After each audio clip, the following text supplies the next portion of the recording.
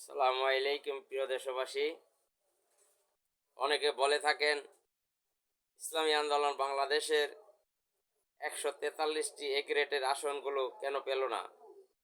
ইসলামী আন্দোলন বাংলাদেশের কেউ কখনো বলে নাই তারা 143টি আসনে জয়লাভ করবে। 143টি আসন এ গ্রেড মানে এই আসনগুলোতে ইসলামী আন্দোলন বাংলাদেশের অবস্থান ভালো ছিল, তাদের অনেক সমর্থন রয়েছে, সেটাকেই বোঝানো হয়েছে। 11 দলীয় সমঝোতার সাথে যদি ইসলামী আন্দোলন বাংলাদেশ ও থাকতো এবং বাংলাদেশ জামায়াত ইসলাম যদি তাদের একঘেয়েমি মনোভাব বিস্তার না করত, তারা যদি আসন সমঝোতায় ছাড় দিত এবং পশ্চিমাদের সাথে তারা যদি হাত না করত এবং ভারতের আধিপত্যের সাথে যদি তারা আপোষ না করত, তাহলে ইসলামী আন্দোলন বাংলাদেশ অনেকগুলো আসনেই পেত।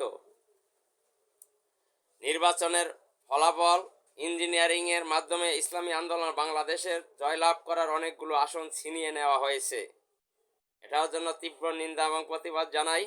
ইনশাআল্লাহ যদি আপনি আমি বেঁচে থাকি, যদি আল্লাহ আমাদেরকে বাঁচিয়ে রাখেন, তাহলে ভবিষ্যতে নির্বাচনগুলোতে ইসলামী আন্দোলন বাংলাদেশের যেই আসনগুলো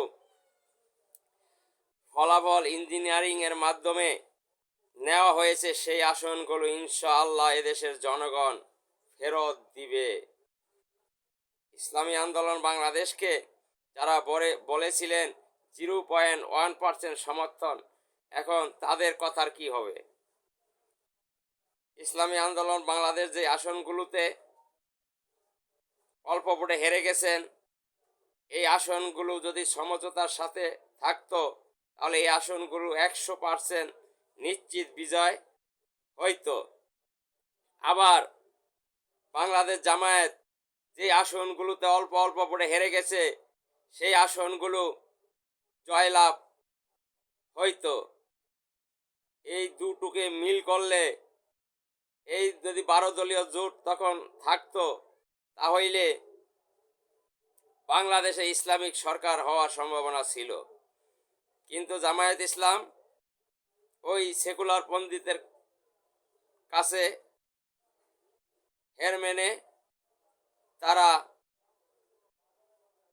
ইসলামকে